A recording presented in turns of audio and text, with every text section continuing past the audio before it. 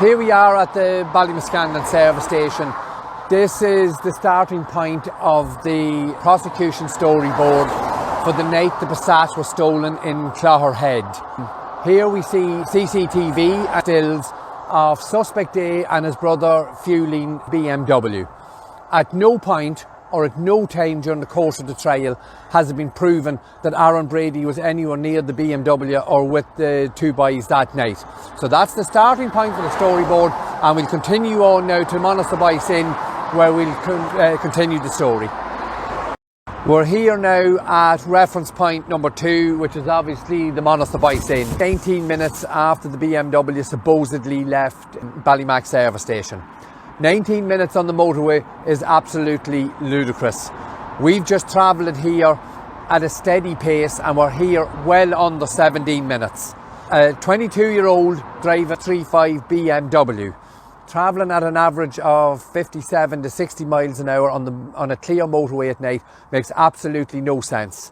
And then we're led to believe that this blob of light that is a still from the CCTV is actually suspect's A BMW. Again, is total nonsense. It makes no sense. It's a square peg in a round hole, and this continues through this journey. And we're going to move now to reference point number 3, which is Termonfeckin Credit Union. We are now, folks, at reference point number 3. This reference point here is vital in the prosecution storyline. According to their timeline, the car travelled from Monasterboice Inn to here, the Termonfeckin Credit Union, in just over 6 minutes. I'm saying to you, that is virtually impossible. Number of things to take into account here. There was no car stolen at this time, so we assume if the prosecution is telling a story, the people in the car at Monasterboice would have been searching for a vehicle going slowly along the B road to get to here. So therefore, I'm saying to you, here and now, the entrance, the whole entry, the foundation of the prosecution storybook is totally flawed, is almost impossible. We have a 19-minute drive from Ballymac service station to Monasterboice Inn. Makes no sense. We have a 6-minute drive from Monasterboice Inn to Termonfeckin Credit Union, which I'm saying is virtually impossible. This is our second little clip here from Termonfeckin Credit Union. Because there's so much information in the prosecution storyboard, we do have to try and break it down. So, you know my concerns about the times of the vehicles actually getting here, but a vehicle travels from left to right.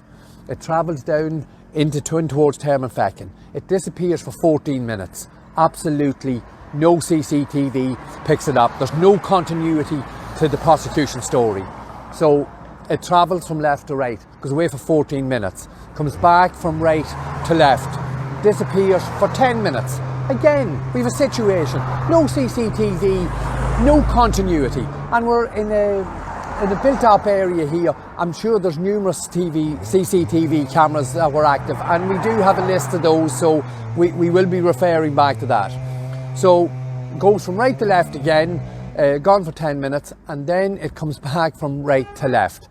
Now, this is 3 sightings from the cameras here at Termonfeckin Credit Union, and it has never been proven. And again, we'll go into much more detail on this. It has never been proven that that's the same vehicle travelling past the credit union on those 3 separate occasions. And we will go into that in much more detail.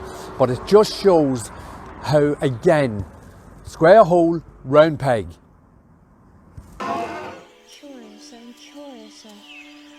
We're here now at reference point number 4 in the prosecution storyboard. So we're on the main street here in Clogherhead, and we're outside the premises where a lot of the CCTV footage was shown. This is where the prosecution pinned evidence on the dispersal of light on the roof of a vehicle travelling up and down this street. The issues we have with this are the distortion of the video, and I think you've seen in previous videos that the ratio aspect and the actual picture was curved is number 1. Number two, very late on in the trail, our defence team actually found a vehicle passing an hour later with very similar light dispersal on the roof. So there's absolutely no positive identification that the vehicle suspect is BMW. The reference point we arrive at is the Glade Inn here in Annigassan. And again, following the car being stolen at Hillcrest and Clogherhead, there's a chunk of time that absolutely disappeared. I mentioned in the video in relation to the theft of the Passat, there's 12 to 15 minutes unaccounted for, because we're allowing a certain amount of time for the car to be stolen. To travel here could be anything between 12 and 15 minutes for all that to happen, say 12 and 16 minutes. So there again, we have absolutely 10 to 12 minutes that's totally disappeared. That makes no sense. So again, we're looking at a situation where the prosecution storyboard is putting a square peg into a round hole. I'm sorry, it just doesn't fit. We're outside reference point number 6 now, which is a bed and breakfast just outside Annigassan. So I've just travelled from the Glade Inn in Annigassan to outside the bed and breakfast, and it took me 1 minute and 24 seconds. According to the prosecution storyboard, you've got to come back with me. Where? Back to the future. This journey took 7 minutes and 20 seconds. Now we have to remember the car has just been stolen. So there's 2 blobs of light, 2 cars go past here at high speed. So it makes absolutely no sense again that we have a situation where a journey that takes 1 minute and 20 seconds on average, that now takes over 7 minutes. Again, round hole, square peg, it doesn't fit. The final reference point on the prosecution storyboard. I have just travelled from the bed and breakfast into the centre of Castlebellingham here. It took me about 2 minutes and 20 seconds. And believe it or not, the presentation, the storyboard that the prosecution team gave, it said this journey took 38 minutes. Don't talk to anyone, don't touch anything, and try not to look at anything. And I do want to remind you here that Lokensteins, the counsel for the prosecution, and the so-called expert Garda Kenna said the cars were travelling at speed. So we have a 2-minute journey that took 38 minutes. And also, I think it's very important to remember here that to believe that the cars pulled in and these robbers took a break.